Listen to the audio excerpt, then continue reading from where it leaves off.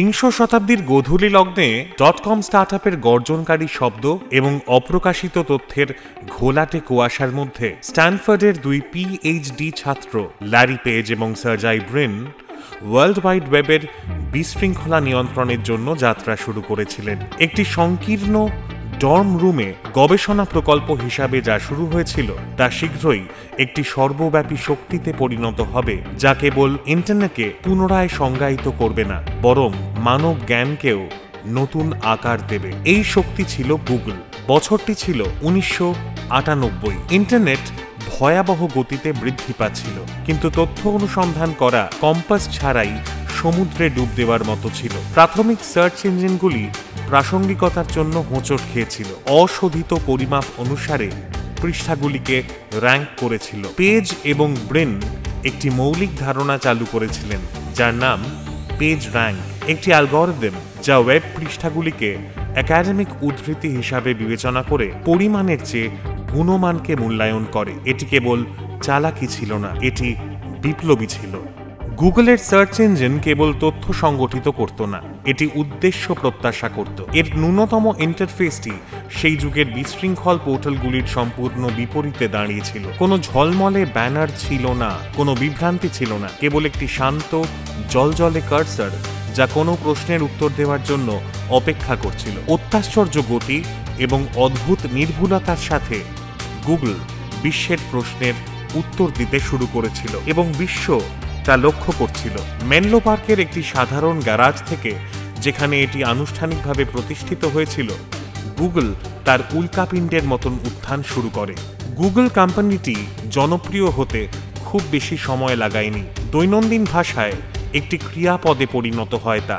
Google বলতে জ্ঞান খোঁজা, গুগল বলতে গ্রহের ডিজিটাল স্পন্দনের সাথে সংযোগ স্থাপন করা। গুগল একটি আমেরিকান বহুজাতিক কর্পোরেশন এবং প্রযুক্তি সংস্থা যা অনলাইন বিজ্ঞাপন, সার্চ ইঞ্জিন প্রযুক্তি, cloud computing, computer software, quantum computing, e commerce, consumer electronics এবং কৃত্রিম বুদ্ধিমত্তা অর্থাৎ এআইতে বিশেষজ্ঞ। বিবিসি এটিকে বিশ্বের সবচেয়ে শক্তিশালী কোম্পানি হিসাবে আখ্যায়িত করেছে এবং কৃত্রিম বুদ্ধিমত্তার ক্ষেত্রে বাজারে আধিপত্য, তথ্য সংগ্রহ এবং প্রযুক্তিগত সুবিধার কারণে এটি বিশ্বের সবচেয়ে মূল্যবান ব্র্যান্ডগুলির মধ্যে একটি। অ্যামাজন, অ্যাপল, মেটা এবং মাইক্রোসফটের পাশাপাশি গুগলের মূল কোম্পানি অ্যালফাবেট ইনকর্পোরেটেড 5টি বিগ টেক কর্পোরেশনের মধ্যে একটি। 1998 সালের 4 সেপ্টেম্বর ক্যালিফোর্নিয়ার স্ট্যানফোর্ড বিশ্ববিদ্যালয়ের পিএইচডি ছাত্র আমেরিকান কম্পিউটার বিজ্ঞানী ল্যারি পেজ এবং সার্জাই ব্রিন গুগল তৈরি করেন। তারা সম্মিলিতভাবে তাদের পাবলিকলি ট্রেডেড শেয়ারের প্রায় 14% মালিকানাধীন এবং সুপার ভোটিং স্টকের মাধ্যমে স্টক হোল্ডারদের ভোটদানের 56% নিয়ন্ত্রণ করে। প্রথম পাবলিক অফার অর্থাৎ আইপিও তৈরি করে তারা 2004 সালে। 2015 সালে অ্যালফাবেট ইনকর্পোরেটেড গুগলকে সম্পূর্ণ মালিকানাধীন সাবসিডিয়ারি হিসেবে পুনর্গঠিত করে। গুগল হল অ্যালফাবেটের প্রধান সাবসিডিয়ারি। কর্পোরেশনের ইন্টারনেট ব্যবসা এবং স্বার্থের জন্য একটি হোল্ডিং কোম্পানি হিসেবে কাজ করে। সুন্দর পিচাই 24 অক্টোবর 2015 তারিখে ল্যারি পেজের স্থলাভিষিক্ত হয়ে গুগলের সিইও নিযুক্ত হন। 3 ডিসেম্বর 2019 তারিখে পিচাইকে অ্যালফাবেটের সিইও নিযুক্ত করা হয়। লরেন্স এডওয়ার্ড পেজ 1973 সালের 26 মার্চ মিশিগানের ল্যান্সিংয়ে জন্মগ্রহণ করেন। তার মা ইহুদি এবং তার মাতামহ পরে ইসরায়েলে স্থানান্তরিত হন। যদিও পেজের লালন পালন ধর্মনিরপেক্ষ ছিল, তার বাবা Carl Victor Page senior Michigan বিশ্ববিদ্যালয় থেকে কম্পিউটার বিজ্ঞানে পিএইচডি ডিগ্রি অর্জন করেছেন। বিবিসির সংবাদদাতা উইল স্মেল তাকে কম্পিউটার বিজ্ঞান এবং কৃত্রিম বুদ্ধিমত্তার পথিকৃৎ বলে অভিহিত করেছিলেন। পেজ 6 বছর বয়সে কম্পিউটারের প্রতি আগ্রহী হয়ে ওঠেন কারণ তিনি আশেপাশে পড়ে থাকা জিনিসপত্রের সাথে খেলতে পারতেন। তার মা এবং বাবার রেখে যাওয়া প্রথম প্রজন্মের ব্যক্তিগত কম্পিউটার। তিনি তার প্রাথমিক বিদ্যালয়ের প্রথম ছেলে যিনি ওয়ার্ড প্রসেসর থেকে অ্যাসাইনমেন্টটি জমা দিয়েছিলেন। তার বড় ভাই কার্ল ভিক্টর পেজ জুনিয়র তাকে জিনিসপত্র আলাদা করতে উৎসাহিত করেছিলেন এবং তিনি শীঘ্রই তার বাড়ির সবকিছু কিভাবে কাজ করে তা দেখার জন্য বিচ্ছিন্ন করতে, ভেঙে দেখতে শুরু করেছিলেন। তিনি বলেছিলেন যে খুব ছোটবেলা থেকেই আমি বুঝতে পেরেছিলাম যে আমি জিনিসপত্র আবিষ্কার করতে চাই, তাই আমি প্রযুক্তি এবং ব্যবসায় আগ্রহী হয়ে উঠি। আমি জানতাম যে আমি সম্ভবত 12 বছর বয়স থেকেই একটি ব্যবসা প্রতিষ্ঠা করতে চাই। সার্গেই মিখাইলোভিচ ব্রিন জন্মেছিলেন 21শে অগস্ট 1973। 2025 সালের মে মাসে হিসেব অনুযায়ী ব্রিন বিশ্বের 10ম ধনী ব্যক্তি। ব্লুমবার্গ বিলিয়নার্স ইন্ডেক্স অনুসারে তার আনুমানিক সম্পদের পরিমাণ $140 বিলিয়ন এবং ফোর্বস অনুসারে $130.8 বিলিয়ন, যাতে তার স্থান অষ্টম। ব্রিন 6 বছর বয়সে সোভিয়েত ইউনিয়ন থেকে মার্কিন যুক্তরাষ্ট্রে চলে আসেন। তিনি কলেজ পার্কের মেরিল্যান্ড বিশ্ববিদ্যালয় থেকে স্নাতক ডিগ্রি অর্জন করেন, যেখানে তিনি তার বাবা এবং দাদার মতো গণিত এবং কম্পিউটার বিজ্ঞান অধ্যয়ন করেন। স্নাতক ডিগ্রি অর্জনের পর 1993 সালের সেপ্টেম্বরে তিনি কম্পিউটার বিজ্ঞানে পিএইচডি করার জন্য স্ট্যানফোর্ড বিশ্ববিদ্যালয়তে ভর্তি হন। সেখানে তিনি পেজের সাথে দেখা করেন এবং একটি অনলাইন সার্চ ইঞ্জিন তৈরিতে সহযোগিতা করেন। প্রোগ্রামটি স্ট্যানফোর্ডে জনপ্রিয়তা অর্জন করে এবং তিনি মেনলো পার্কে সুজান ওৎসিকির গ্যারাজে গুগল চালু করার জন্য তার পিএইচডি পড়াশোনা ছেড়ে দেন। গুগল সার্চ এবং ইউটিউব বিশ্বব্যাপী সবচেয়ে জনপ্রিয় ওয়েবসাইট। তারপরেই রয়েছে ফেসবুক এবং টুইটার, বর্তমানে যা এক্স নামে পরিচিত। গুগল বিশ্বের বৃহত্তম সার্চ ইঞ্জিন, ম্যাপিং এবং নেভিগেশন অ্যাপ্লিকেশন, ইমেল প্রদানকারী, office sweet, online video platform, photo এবং ক্লাউড স্টোরেজ প্রদানকারী, mobile operating system, web browser, machine learning framework এবং বাজারে শেয়ারের ভিত্তিতে এআই ভার্চুয়াল সহকারী প্রদানকারী। 2022 সালের জানুয়ারি পর্যন্ত ফোর্বসের সবচেয়ে মূল্যবান ব্র্যান্ডের তালিকায় গুগল দ্বিতীয় স্থানে রয়েছে এবং 2022 সালের ফেব্রুয়ারিতে ইন্টারব্র্যান্ড চতুর্থ স্থানে রয়েছে। 1996 সালের জানুয়ারিতে ক্যালিফোর্নিয়ার স্ট্যানফোর্ড বিশ্ববিদ্যালয়ের পিএইচডি শিক্ষার্থী স্যার ল্যারি পেজ এবং ব্রিনের গবেষণা প্রচেষ্টায় গুগল শুরু হয়। প্রাথমিকভাবে এই প্রকল্পে একজন অনানুষ্ঠানিক তৃতীয় প্রতিষ্ঠাতা জড়িত ছিলেন, স্কট হাসান,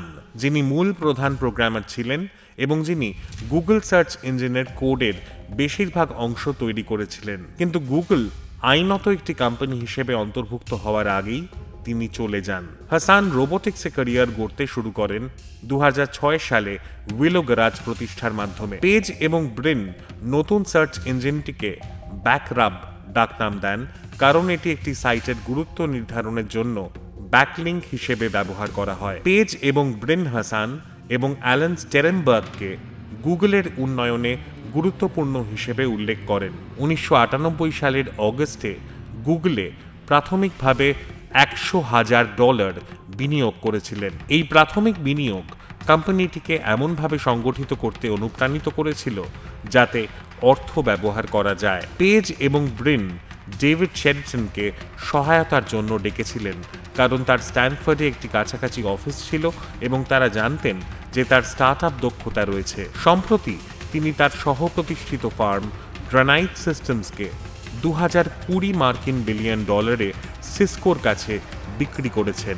1998 সালে গুগল আরও দুজন এঞ্জেল ইনভেস্টরের কাছ থেকে তহবিল পেয়েছিল। Amazon.com এর প্রতিষ্ঠাতা জেফ বেজস এবং উদ্যোক্তা রাম শ্রীরাম। পেজ এবং ব্রিন প্রথমে নগদ অর্থ এবং পরামর্শের জন্য একজন ভেঞ্চার ক্যাপিটালিস্ট শ্রীরামের সাথে যোগাযোগ করেছিলেন এবং শ্রীরাম 1998 সালের ফেব্রুয়ারিতে গুগলে $250,000 বিনিয়োগ করেছিলেন।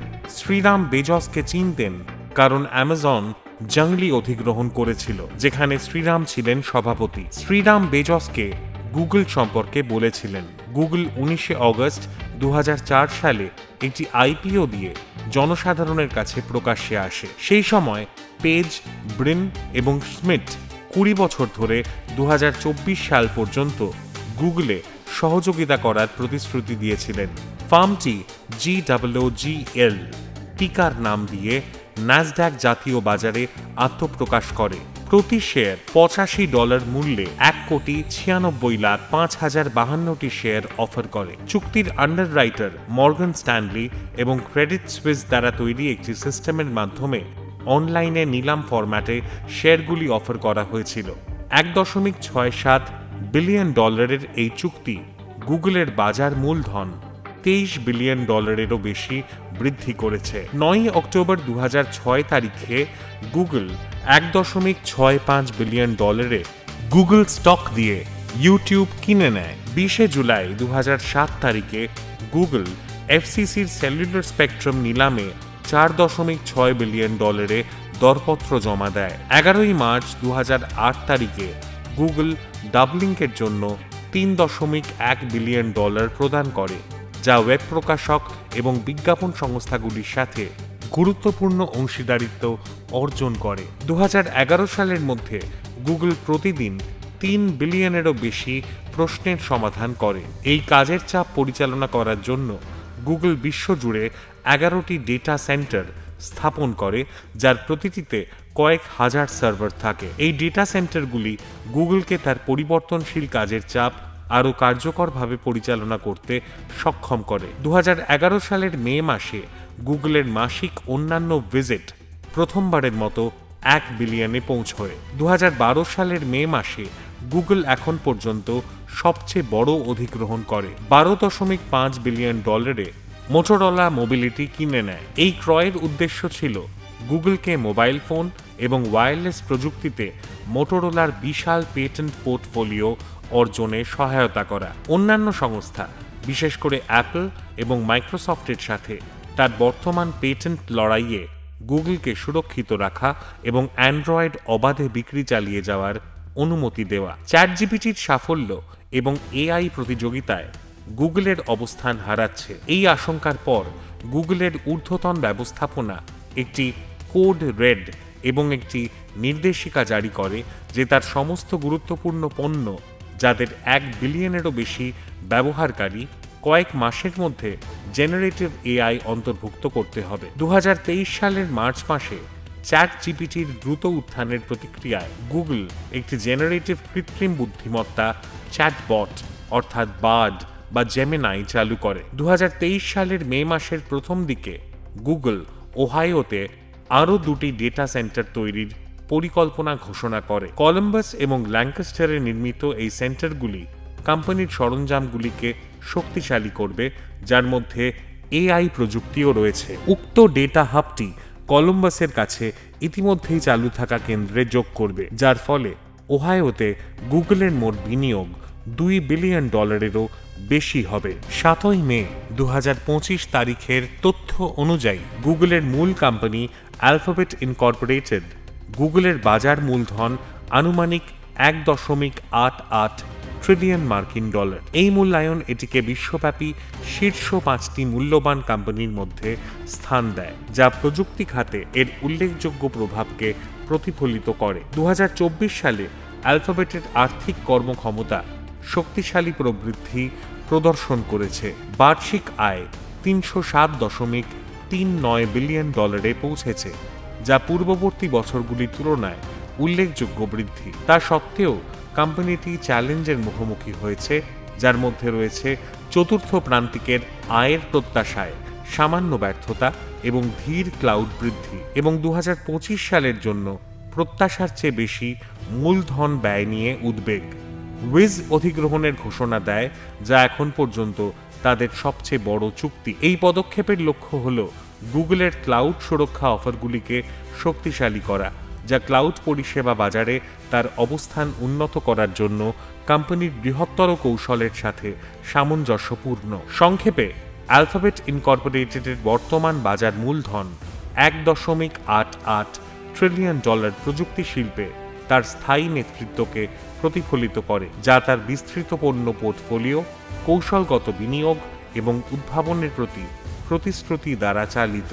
ডিজিটাল যুগের বিশাল আখ্যানে গুগল উদ্ভাবন, অ্যাক্সেস এবং রূপান্তরের একটি সংজ্ঞায়িত প্রতীক হিসেবে দাঁড়িয়ে আছে। একটি সাধারণ শিক্ষামূলক প্রকল্প হিসেবে শুরু হওয়া এই প্রকল্পটি এখন বিশ্বব্যাপী শক্তিতে পরিণত হয়েছে, যা প্রতিদিন কোটি কোটি মানুষের তথ্যের সাথে যোগাযোগের ধরন নির্ধারণ করে। অনুসন্ধানে বিপ্লব আনা থেকে শুরু করে মোবাইল অভিজ্ঞতার পুনর্গঠন, গ্রহের মানচিত্র তৈরি করা থেকে শুরু করে কৃত্রিম বুদ্ধিমত্তা এবং কোয়ান্টাম কম্পিউটিংয়ে প্রবেশ।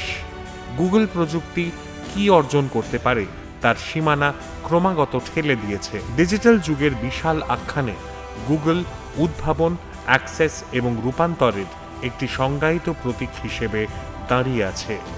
একটি সাধারণ শিক্ষামূলক প্রকল্প হিসেবে শুরু হওয়া এই প্রকল্পটি বিশ্বব্যাপী শক্তিতে পরিণত হয়েছে, যা প্রতিদিন কোটি কোটি মানুষ তথ্যের সাথে কিভাবে যোগাযোগ করে তা নির্ধারণ করে। অনুসন্ধানে বিপ্লব আনা থেকে শুরু করে মোবাইল অভিজ্ঞতার পুনর্গঠন, গ্রহের মানচিত্র তৈরি করা থেকে শুরু করে কৃত্রিম বুদ্ধিমত্তা এবং কোয়ান্টাম কম্পিউটিংয়ে প্রবেশ, গুগল প্রযুক্তি কি অর্জন করতে পারে তার সীমানা ক্রমাগত ঠেলে দিয়ে চলেছে।